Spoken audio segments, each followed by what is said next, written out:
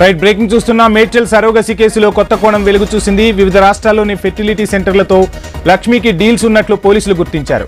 కుమారుడు కూతురుతో కలిసి సరోగసి దందా చేశారామె. Madhapur, Ameerpet, RTC cross roads లోని ఫెర్టిలిటీ సెంటర్లతోనూ లక్ష్మికి సంబంధాలున్నాయి.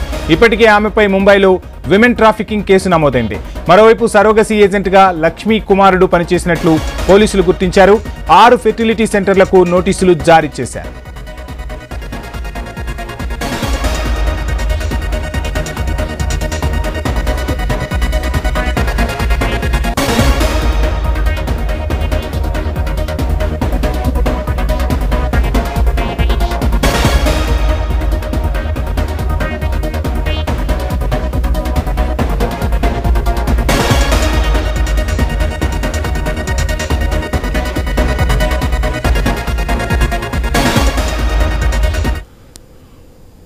రైట్ ఇక మేడ్చల్ సరోగసి కేసులో కొత్త కోణం వెలుగు చూసింది. వివిధ రాష్ట్రాల్లోని ఫెర్టిలిటీ సెంటర్లతో లక్ష్మికి డీల్స్ ఉన్నట్లు పోలీసులు గుర్తించారు. ఇక ఇదే అంశానికి సంబంధించి డీటెయిల్స్ అందించేందుకు మా ప్రతినిధి ప్రవీణ్ సిద్ధంగా ఉన్నారు. ప్రవీణ్, చూస్తున్నాం మాతృత్వం అనేది ఎంతో మంది దంపతులకు కళ. సో అటువంటి మాతృత్వాన్ని ఒక రకంగా చెప్పాలంటే అమ్మతనాన్ని అడ్డుగా పెట్టుకుని వారికి ఆశ కల్పించి నకిలీ దందాకు తెరలేపారు. రాష్ట్ర వ్యాప్తంగానే కాదు దేశవ్యాప్తంగా కూడా ఈ అంశం ఇప్పుడు చర్చనీయాంశం అవుతున్న పరిస్థితి. సో ఈ కేసులో తొవ్వే కొద్దీ కొత్త కొత్త కోణాలు వెలుగు చూస్తున్నాయి. లేటెస్ట్ అప్డేట్స్ ఏంటి ప్రవీణ్? వంశీ, అయితే సృష్టి కేసు మరొక ముందే మెడ్చల్లో మరో ఒక అయితే మొత్తం టోల్గా కూడా ఒక దందాకు తెరలేపినట్టుగా అయితే తెలుస్తుంది. అదేవిధంగా ఏదైతే ఈ యొక్క సరోగసి అనే పేరుతోన అయితే దంపతులను అమ్మ కావాలని వచ్చేవారిని వాళ్ళ యొక్క ఆశనే సొమ్ముగా చేసుకుంటూ ఈ యొక్క దందా కొనసాగిస్తున్నారు. అదేవిధంగా హైదరాబాద్తో పాటు వివిధ రాష్ట్రాలలో లక్ష్మికి ఫెర్టిలిటీ సెంటర్ లోపల లక్ష్మికి కొన్ని సంబంధాలు ఉన్నట్టుగా కూడా తెలుస్తుంది. అదేవిధంగా కొన్ని నెలల క్రితమే ఈ యొక్క లక్ష్మి ఎవరైతే ఉన్నారో లక్ష్మి ముంబై నుండి హైదరాబాద్కు రావడం జరిగింది. హైదరాబాద్కు వచ్చిన వెంటనే తన కొడుకు కూతురుతో కలిసి ఈ యొక్క దందాకు తెరలేపిందని తెలుస్తుంది. అదేవిధంగా మాదాపూర్, అమీర్పేట్, ఆర్టీసీ క్రాస్ రోడ్లో ఈమె ఫర్టిలిటీ సెంటర్లకు లక్ష్మికి సంబంధాలు ఉన్నట్టుగా అయితే కనుక్కున్నారు. సరోగసి ఏజెంట్లుగా పనిచేస్తున్నట్టుగా తల్లి కొడుకులు అయితే పనిచేస్తున్నారు.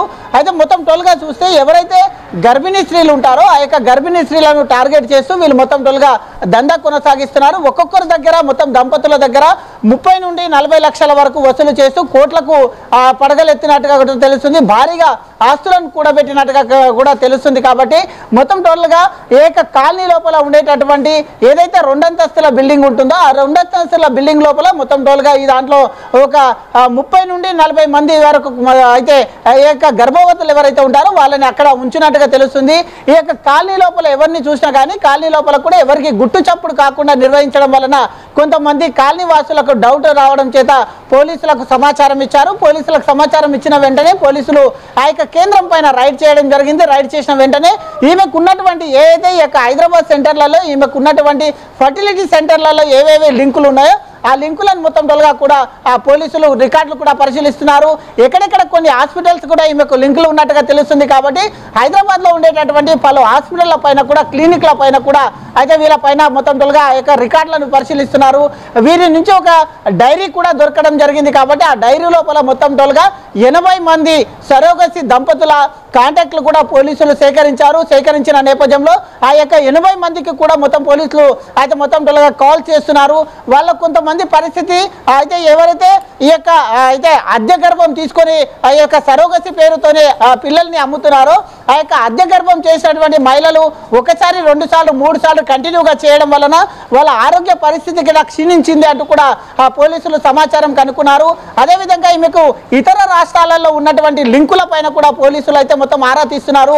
ఈమె కొడుకు ఎవరైతే ఉన్నారో ఆ యొక్క ఈమె అయితే కొడుకు కూడా అయితే ఇంజనీరింగ్ చదివినటువంటి కొడుకు ఈ దందాలో దించినట్టుగా కూడా తెలుస్తుంది. కాబట్టి ఈ యొక్క ముగ్గురి పైన తల్లి, కూతురు, కొడుకు చేసినటువంటి భాగవతం పైన పోలీసులు మొత్తం టోల్గా కూడా ఆరా తీస్తున్నట్టు తెలుస్తుంది. వంశీ, ప్రవీణ్, చూస్తున్నాం మొత్తంగా ఒక్కొక్కటి తీగలాగితే డొంక కదిలినట్టుగా చాలా ఫెర్టిలిటీ సెంటర్ల భాగవతాలు వెలుగు చూస్తున్నాయి.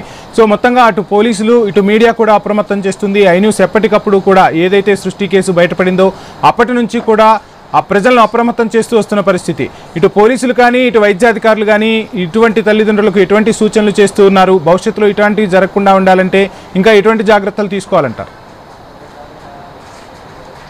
ఎస్ అయితే ఏదైతే సృష్టి కేసు బయటికి వెలుగులోకి వచ్చిన తర్వాత మొత్తం హైదరాబాద్ వ్యాప్తంగా జిహెచ్ఎంసీ వ్యాప్తంగా ఉన్నటువంటి 157 ఫర్టిలిటీ సెంటర్స్ పైన అయితే ఇటు వైద్య శాఖ కానీ ఇటు పోలీస్ అధికారులు కానీ రైడ్స్ నిర్వహిస్తున్నారు. అందులో భాగంగానే మొత్తం టోల్గా కూడా ఇటు పోలీస్ అధికారులు కానీ ఇటు వైద్య శాఖ అధికారులు కానీ ఎవరైతే సర్టిఫైడ్ ఉంటారో సర్టిఫైడ్ ఉన్నటువంటి ఫర్టిలిటీ సెంటర్స్కు మాత్రమే వెళ్ళాలి.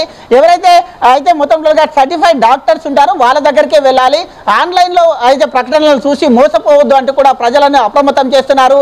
అయితే అమ్మ కావాలని ఎవరికైతే కోరిక ఉంటుందో వాళ్ళు మొత్తం టోల్గా కూడా అయితే ఆ యొక్క హాస్పిటల్ గురించి సంబంధిత డీటెయిల్స్ ముందుగానే కనుక్కోవాలంటూ కూడా అయితే పోలీసులు కానీ ఇటు వైద్య శాఖ అధికారులు కానీ హెచ్చరిస్తున్నారు. కాబట్టి ఆ నేపథ్యంలో ఈ విధంగా కొంతమంది అయితే ఈ యొక్క డూప్లికేట్ దందా చేస్తున్నారు. కాబట్టి వాళ్ళతో పాటు జాగ్రత్తగా ఉండాలంటూ కూడా వైద్య శాఖ అధికారులు హెచ్చరిస్తూ ఉన్నారు. Vamshi right, thank you Praveen.